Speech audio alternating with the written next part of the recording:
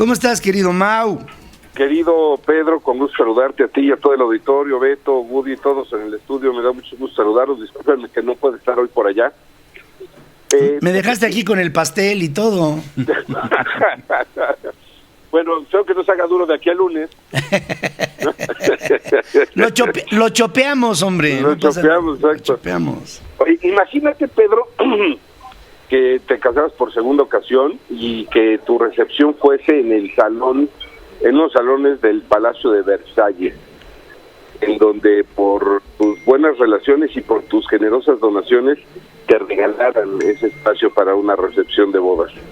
Es precisamente lo que está expresando ahora Le Figaro, un periódico en Francia, con respecto a lo que sucedió después de que autoriza a Carlos Ghosn un donativo al Palacio de Versalles por 2.6 millones de euros para su mantenimiento. Claro. Y que acepta como regalo que la recepción de su boda en 2016 haya sido en los jardines del Palacio. Qué va, ni Luis XIV, ¿verdad? 2000, sí. Se dice que el costo de esta recepción, si se la venden a cualquier mortal, es de 50,000 euros. Uh-huh. Entonces, desafortunadamente, pues recibió un gift o un regalo de 50,000 euros que pues viene a sumarse a este drama de pues manejos turbios de la administración del señor Carlos Ghosn. Fíjate nada más, ¿eh? Y esto habla de opulencia, me parece un asunto que va bien, pero sigue otra vez esta sombra, y ya es pregunta, sigue otra vez esa sombra de que el señor Carlos Ghosn pudo haber tenido manejos que involucraran fondos o dineros de las propias empresas que manejaba con su forma de vivir. Pues exactamente eso es lo que se están preguntando ahora los que les llaman los fiscales encargados del caso en Tokio, porque cuántas veces se habla de que los ejecutivos de las empresas en sus sistemas de compliance no pueden recibir regalos superiores a los $150, Pedro.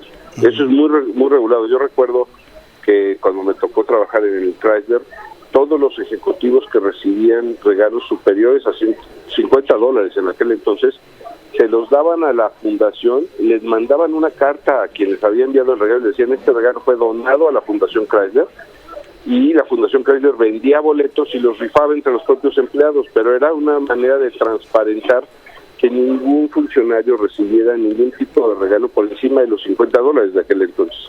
Sí. Imagínate recibir a cambio de pues algún negocio, de algún donativo, o de cualquier cosa, regalos sin límite de precio. Eso es en ninguna organización es permisible. Habla de una corrupción clara, ¿no? Por supuesto que sí. Es una absoluta corrupción y en la industria, yo no sé si hubo un momento, y tú lo viviste o lo detectaste, en donde hubo un momento en donde la industria automotriz se volvió glamorosa. Mauricio, se volvió glamorosa, se volvió dispendiosa, y no sé si todavía siga este proceso en algunas armadoras. Fíjate que a raíz de la crisis de 2009, la manera de vivir de la industria automotriz se volvió mucho más, no quisiera llamarla humilde porque no lo es, no lo es, pero mucho más cuidadosa de los gastos y de la manera de expresar la vida pública de los ejecutivos. No sé si tú recuerdas aquella vez donde se presentaron ejecutivos de Chrysler y General Motors a solicitar un préstamo al gobierno norteamericano, y fueron altamente criticados porque llegaron cada uno de ellos en su jet privado. Me acuerdo perfecto, y que después tuvieron que vender los aviones justamente por la crítica. Efectivamente, y a raíz de eso han sido muchísimo más cuidadosos y mesurados en la manera de hacer los eventos, en la manera de hacer los lanzamientos de los productos, porque al final de cuentas los inversionistas también ven en este tipo de, digamos, dispendio un gasto innecesario. Son estrictamente cuidadosos de que cuando se hace un lanzamiento, se hace una presentación pública, se muestren como personas aterrizadas y ser tan antaño, pero sin duda es una industria que tiene mucho dinero y que sigue siendo glamurosa, ¿no? Sí, eso está bien, que haya un glamour, pero también que haya un límite. Yo creo que hubo un momento, insisto, en donde las cosas se llevaron al exceso, y decía el maestro Juan José Arreola, dice, los excesos son malos hasta en la virtud. Y creo que aquí algunos funcionarios, algunos ejecutivos de este tipo de organizaciones se volvieron demasiado virtuosos. Y esto, pues mira, que lo diga, si no, Carlos Ghosn, que en este momento está viviendo su némesis, producto justamente de lo que tanto ahora se ha criticado por parte de accionistas, tenedores. Hubo momentos en donde tenedores de acciones de empresas enormes se quedaron con nada, se quedaron con el valor del papel de sus acciones, y yo creo que esto ya no se puede volver a repetir. Sin duda, Pedro. Y para concluir, un caso que está sucediendo ahorita en los Estados Unidos, Ford anuncia una inversión de $1,000 millones en su planta de Chicago para renovar los herramientales del ensamble de la Ford Explorer y la Lincoln Navigator, lo cual pues es un anuncio positivo para la economía norteamericana, pero curiosamente se da en un momento donde la UAW, tanto en Canadá como en Estados Unidos, está tratando de generar un ánimo en contra de los productos hechos en México de General Motors.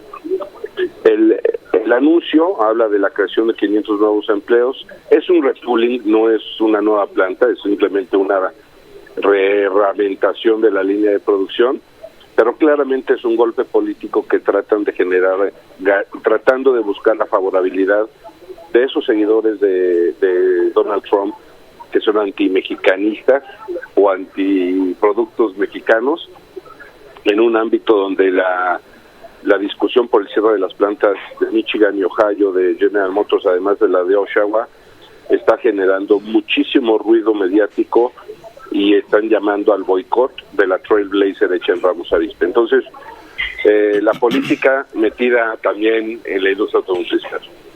Bien, pues espero todo esto con medida, ¿no? Con medida. Yo creo que esto va a servir mucho para la industria en todos sus ámbitos, en algo que se ha convertido en una fuerza, en una potencia transformadora dentro del proceso industrial que está viviendo el planeta en este momento. La industria automotriz, sin duda alguna, uno de sus íconos junto con la de la tecnología. Y como siempre te mando un abrazo cariñoso, querido. Igualmente, un muy feliz fin de semana, que les resume y suene su cascabel en la arena viernes, sábado y domingo. Ahí guardamos el pastelito. Por favor. Si es usted tan gentil. Por favor, un abrazo, Pedro. También para ti.